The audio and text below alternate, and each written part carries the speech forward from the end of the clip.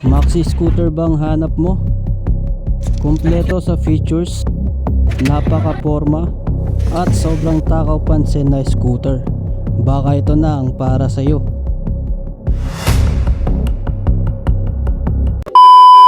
Hello everyone, ako nga pala si Cambanatics at tulad nyo, napakahilig ko rin sa motorsiklo. Kaya kung gusto nyo ng mga gantong contents ay like and follow nyo na ang aking mga social media pages. And I will be your guide para mahanap nyo ang motorsiklo na para sa inyo. Ito ang Bristol Maxi 160. Isa ito sa mga 160cc scooters na nilaunch ng Bristol Motorcycles. I'm sure marami sa inyo ang familiar sa itsura nito. Pag-uusapan nga natin yan mamaya. Sa ngayon alamin na muna natin kung anong mga meron dito sa Bristol Maxi 160. Kapag tinignan siya sa harapan, napaka-bulky niya. Pwede siyang mapagkamalan na 400cc scooter. Kung mapapansin nyo yung harapan niya, matte yung color, tapos sa dalawang gilid ay glossy. Isa yan sa nagpaganda ng itsura nitong Maxi 160. Meron itong malaking windshield, naka-fix nga yan. Narito na rin sa gilid ng windshield yung kanyang turn signal lights na LED na nga rin yan. Para siyang dalawang tenga. Dito naman sa harapan na fairings niya, patulis ang design nitong kanyang front fairing, tapos dalawang patulis din na fairing sa magkabilang gilid. Meron din itong abang na slot para kung lalagyan nyo ng front camera. Malaki rin tignan yung harapan niya kahit naka side view. At meron siyang round emblem na Bristol Motorcycles. Naka-split headlight nga rin itong Maxi 160 at LED na nga rin yan with daytime running light. Dahil sa kanyang daytime running light parang pa-X yung design niya. Ang naisip ko dito parang yung emoji. Naka-telescopic fork itong Maxi 160. Habang ang rear suspension nito ay naka-dual shock absorber. Maganda rin yung design ng kanyang rear suspension. Pabaligtad yung kanyang canister at kulay gold nga yan. At syempre pa maganda yung kanyang front fender na naka two-tone na rin. Naka-alloy mag wheels nga rin itong Maxi 160. Naka-tubeless tires. Ang sukat ng gulong nito sa harapan ay 110/70/13. Ang sukat naman ng gulong nito sa likuran ay 130/70/13. Disc brake ang harap at likod na preno nito with dual channel ABS at with traction control system. Ito yung makabagong feature ng mga motor na magagamit sa tuwing maulan o kaya madulas ang kalsada. Pumunta naman tayo sa manibela nitong Maxi 160. Magaganda rin ang quality ng switches nito with blue backlight na nga rin yan guys. Sa right switch nariyan yung horn button, switch ng turn signals, yung button niya para sa high beam at low beam, yung select at enter na para sa configuration ng kanyang dashboard, at syempre pa meron din siyang button para sa pass light. Isa pang maganda rito ay adjustable na rin ang brake levers nitong Maxi 160.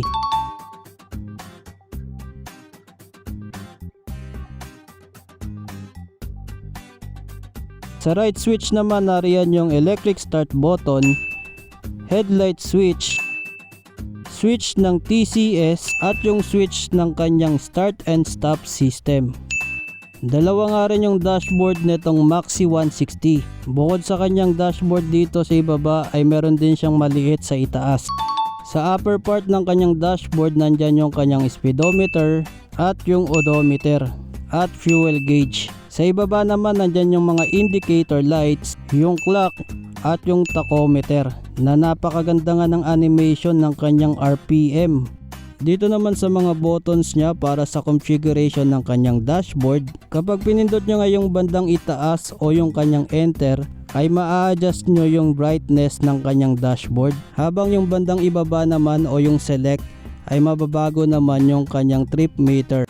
So para makita yung iba pang nasa interface ng kanyang dashboard ay long press nyo yung bandang ibaba o yung select at lalabas na nga yan. Diyan mababago yung settings ng clock at iba pa. Naka-keyless system na nga rin itong Maxi 160. So sensor nga lang siya. Kahit wala kayong pindutin sa remote, basta malapit yung remote sa unit ay madedetect na kagad ito ng unit. At pwede nyo nang buksan itong kanyang ignition. Pero meron din siyang slot para sa physical key.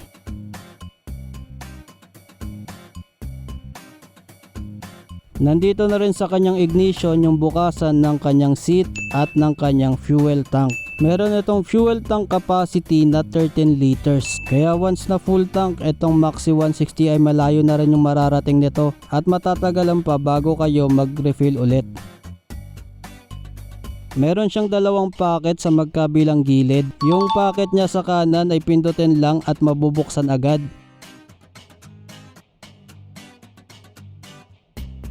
Samantalang itong packet niya sa kaliwa ay mabubuksan dito sa kanyang ignition. So sa madaling salita, hindi mabubuksan yung isa niyang packet hanggat hindi naka-on yung ignition. Dito sa packet na to ay meron din siyang USB port para sa device charging. So dahil kailangan pa ng remote o yung susi bago mabuksan itong kanyang packet, ay pwede rin kayong maglagay ng mga importante nyong gamit dito. Kagaya ng cellphone o wallet. Dahil hindi siya madaling ma-access na buksan, basta make sure nyo lang na nakasara siyang maigi. Malapad din ang seat nito, talagang para siyang 400cc scooter. At meron itong split grab bar.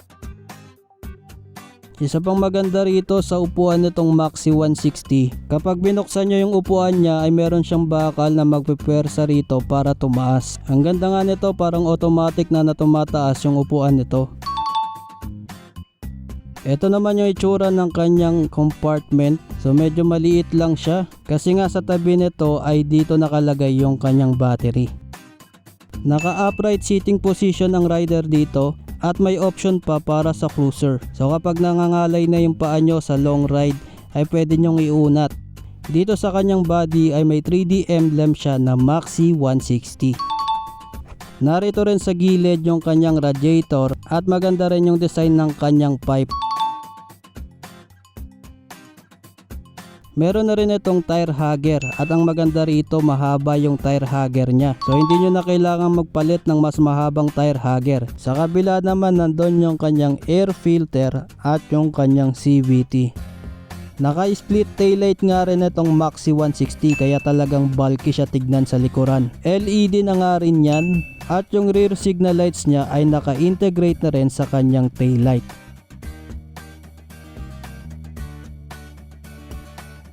Ang rear fender din nito ay bulky tignan. So malapad nga yan. Tapos may reflector na rin sa magkabilang gilid. Plus naka LED plate light na rin. So kung titignan nyo talaga itong Maxi 160, parang 400cc scooter siya. Meron itong length na 1,980, width na 762 at height na 1,335mm. Wheelbase na 1,400mm. Ang curb weight naman ito ay 137.6 kg. Seat height na 746mm at ground clearance na 130mm. Para naman sa specs ng engine nitong Bristol Maxi 160, ito ay may 4-stroke, single cylinder, 4 valves, single overhead cap at liquid cooled na cooling system. May displacement na 160cc. Ang transmission ay CVT. Ang bore and stroke nito ay 58mm by 58.8mm. Dry centrifugal clutch system. Sa performance naman itong Maxi 160, ito ay may maximum power na 11.8 kilowatts at 8,500 RPM. At maximum torque na 14.7 Newton meters at 6,500 RPM. Now, bagamat ang Bristol Motorcycles ay may naunang model na Maxi 400, ay mas kamukha nitong Maxi 160 ang X-Max 350 ng Yamaha.